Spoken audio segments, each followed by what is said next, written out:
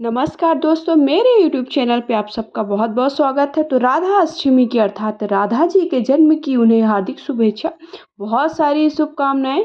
राधा जी का जन्म नहीं हुआ था, वो प्रकट हुई थी। जिस प्रकार से कृष्ण जी का जन्म उत्सव मनाना बहुत ही शुभ माना जाता, उसी प्रकार राधा अष्टमी के दिन राधा जी का जन्म उत्सव अर्थात उनका प्रकट दिवस मनाया जाता है।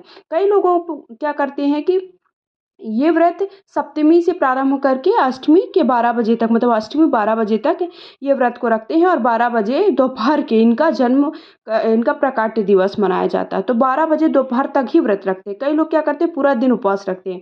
ये आपको व्रत कब रखना है? 23 सितंबर के दिन रखना है, अर्थात शनिवार के दिन रखना है। शनिवार के दिन उनकी 12 बजे उनका प्रकाट्य दिवस मनाना है, अर्थात वो प्रकट हुई थी क्योंकि उनका जन्म नहीं हुआ था। जिस प्रकार श्री कृष्ण का जन्मोत्सव मनाना ही बहुत शुभकारी माना जाता है, उसी प्रकार इनका प्रकाट्य दिवस भी मनाना बहुत ही शुभकारी माना जाता है। अखंड सौभाग्य के लिए इनका जन्मोत्सव अर्थात इनका प्रकाट्य दिवस अवश्य मनाना चाहिए। अब आपको इनका पूजन कैसे करना है? सबसे पहले एक जगह पर कहीं पर चौकी बिछा लीजिए। चौकी पर एक लाल कपड़ा बिछा लीजिए। उसके बाद उस पर दल कमल चावल से आपको बनाना है। फिर पंच पल्लव लगा करके कलश की स्थापना कर लेना। कलश आपको जैसे हर बार स्थापित करना है, हर बार बनाते वैसे ही स्थापित करना है, अलग से, इसलिए मैं कलश का नहीं दिखा रही। फिर उसके बाद आपके पास जो भी राधा कृष्ण की मूर्ति है, फोटो है, तस्वीर है, या फिर आपके पास लड्डू गोपाल है, तो आप उनको रखकर इनका पूजन करें। भाद्रपद शुक्ल पक्ष की अष्टमी तिथि की शुरुआत 22 सितंबर को 1:35 से हो रही है। अगले दिन 23 सितंबर को दोपहर 12:17 तक है। उदया तिथि के चलते राधा अष्टमी का पर्व 23 सितंबर शनिवार को मनाया जाएगा। इस दिन राधा जी की पूजा का शुभ मुहूर्त 11 बजे से लेकर के 1:30 बजे तक कभी भी आप उनका पूजन कर सकते हैं।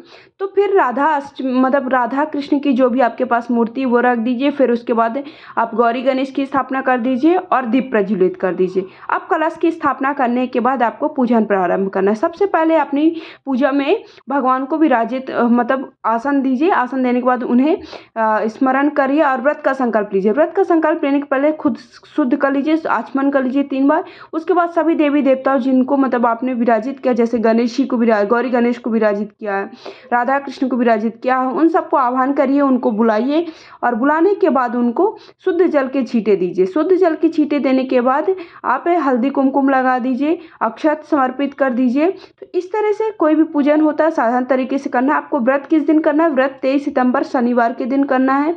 सुबह कई लोग पूरा दिन उपवास रखते हैं और व्रत में केवल फलाहार ग्रहण करते हैं। कई लोग क्या करते हैं कि 12 बजे तक उनका व्रत रखते हैं, सुबह से लेकर के 12 बजे दोपहर तक। उसके बाद उनका प्रकाट्य दिवस मनाने के बाद व्रत का पारण कर लेते हैं। अब आप कैसे रखते हो वो आप पे निर्भर करता है, जैसे आप रहना चाहें। उसके बाद जो भी आपके पास फूल हैं वो फूल समर्पित कर दीजिए, लाल पुष्प समर्पित कर दिए।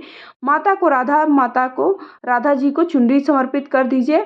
और आपके पास लड्डू गोपाल हैं तो आप उनको भी राधा का भाव लेते हुए, अगर आपके पास नहीं है तो आप कृष्ण जी की भी छोटे जन्म की तस्वीर है तो उनका भी आप राधा जी का भाव लेते हुए उनका आप पूजन कर सकते हो।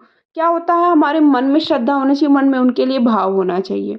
आप उनका पूजन रखना चाहते हो, इससे क्या होता है, और खासकर राधा जी का व्रत रखने से प्रेम भक्ति भाव को समर्पित होता है ये व्रत। जिस प्रकार से कृष्ण जी का और राधा जी का प्रेम था, वैसे ही अगर आप चाहते हो आपके जीवन में भी प्रेम बना रहे तो आपको ये व्रत और पूजन अवश्य करना चाहिए। उसके बाद जो भी आपके पास फल है वो फल समर्पित कर दीजिए। भोग प्रसाद आप घर पर भी बना सकते हैं। कई लोग 56 भोग भी बनाते, 56 भोग समर्पित करते हैं।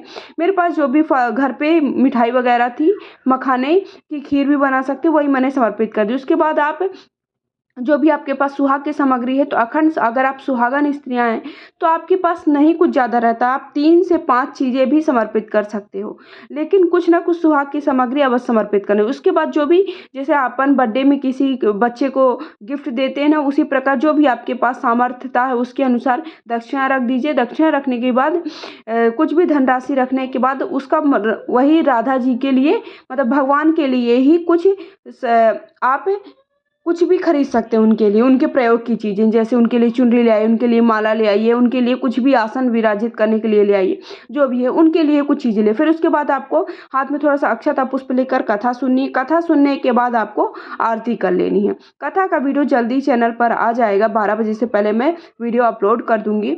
उसके बाद आपको क्या करना है, जो आपने सुहाग की सामग्री समर्पित की है वो खुद को प्रयोग में ले लेना है, और जो आपने 1 लोटा जल लिया है वो उसको सूर्य देव को आप अर्घ्य दे दीजिए। और उसके साथ साथ जो आपने भोग प्रसाद समर्पित किया वो सारे घर वाले के साथ आप घर वालों को आप भोग सबको दे दीजिए, क्योंकि भोग सबको प्रयोग खाना चाहिए। उसके साथ साथ आप जो भी भोग प्रसाद समर्पित करें, एक बात का जरूर ध्यान रखें, उसमें तुलसी दल अवश्य समर्पित करें। तुलसी दल के बिना भगवान कृष्ण जी और राधा जी भोग जो भी आप भोग प्रसाद लगाते हैं वो उन्हें स्वीकार नहीं करते। उसके बाद आप आरती कर लीजिए। इस तरह से आपको साधारण तरीके से राधा अष्टमी के दिन,